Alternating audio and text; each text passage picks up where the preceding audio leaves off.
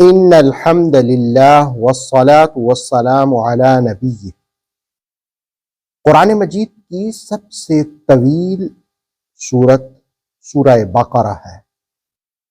اس کا نام بقرہ کیوں رکھا گیا؟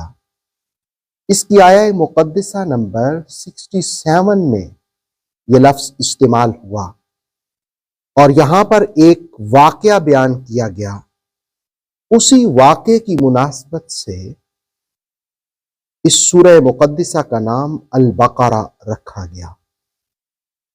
یہ واقعہ کئی آیات میں پھیلا ہوا ہے۔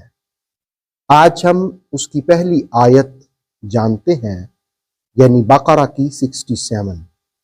وَإِذْ قَالَ مُوسَىٰ لِقَوْمِهِ، اور یاد کرو جب کہا موسیٰ علیہ السلام نے اپنی قوم سے، ان اللہ یامرکم، بے شک اللہ تعالیٰ تمہیں حکم دیتا ہے، ان تذبحوا بقرہ، کہ تم ایک گائے ذبح کرو۔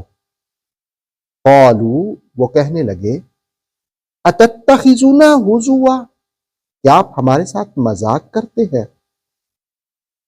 قال، حضرت موسیٰ علیہ السلام نے فرمایا، اعوذ باللہ، میں اللہ کی پناہ میں رہوں، ان اکون من الجاہلین، کہ میرا شمار بے سلیقہ لوگوں میں ہو جائے۔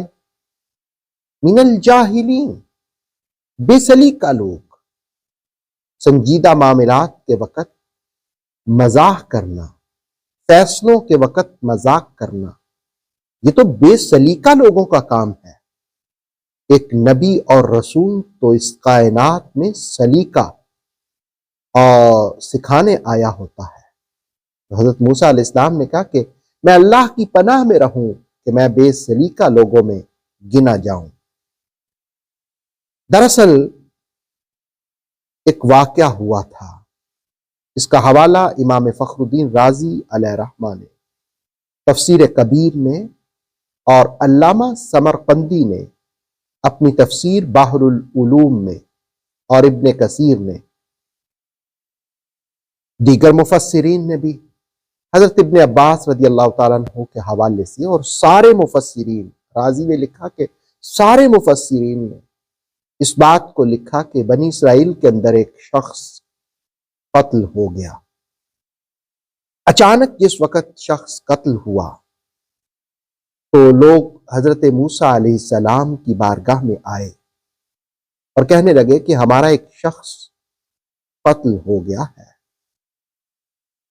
تو آپ نے فرمایا کہ اللہ تعالیٰ فرماتا ہے، ان اللہ یامرکم، اللہ تمہیں حکم دیتا ہے، ان تذبحوا بقرہ، کہ گائے ذبح کرو۔ وہ کہنے لگے ہمارا ایک شخص قتل ہو گیا، ہم آپ سے فیصلہ کروانے ہیں، آپ کہتے ہیں اللہ حکم دیتا ہے کہ گائے ذبح کرو، کیا آپ ہمارے ساتھ مذاق کر رہے ہیں؟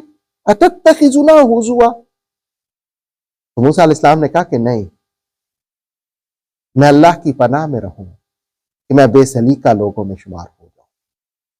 سنجیدہ معاملات کے وقت مذاق کرنا، یہ تو بے سلیقہ لوگوں کا کام ہے۔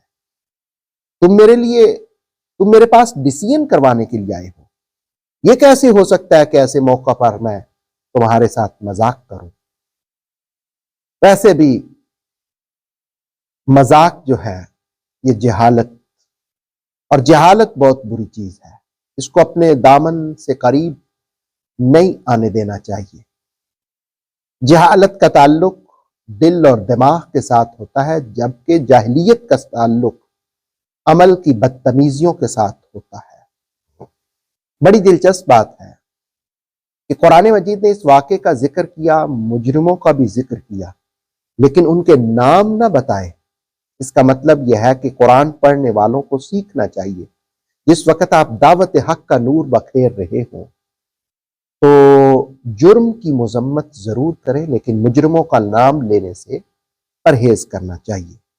ایک اور چیز جو ہم اس آیت سے سیکھ سکتے ہیں کہ قوم جس وقت مسائل کا شکار ہوئی، وہ باب نبوت پر آئی اور باب نبوت پر دستک دی، تو ظلمتوں سے نجات کے لیے اندھیروں سے روشنیوں میں آنے کے لیے نبی ہی کے دامن کرم سے وابستہ ہونا ہوگا۔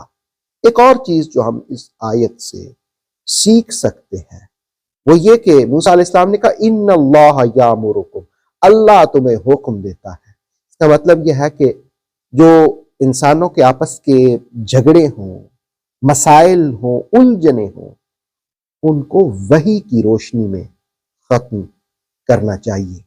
اللہ رب العالمین ہمیں کتاب مجید سمجھنے کی اور اس پر عمل کی توفیق عطا فرمائے۔ انشاءاللہ اس واقعے کی جو مزید کڑیاں ہیں وہ اگلی آیات میں آپ ملاحظہ کریں گے۔ اوتھینٹک اسلامک نالج کے لیے نور وحی یوٹیوب چینل کو سبسکرائب کیجئے، بیل آئیکن کو بھی لازمی پریس کریں۔ نور وحی کے فیس بک پیج، ٹک ٹاک اور انسٹاگرام کو بھی فالو اور لائک کیجئے تاکہ ہماری ہر نئی آنے والی ویڈیو آپ تک بر وقت پہنچ سکے۔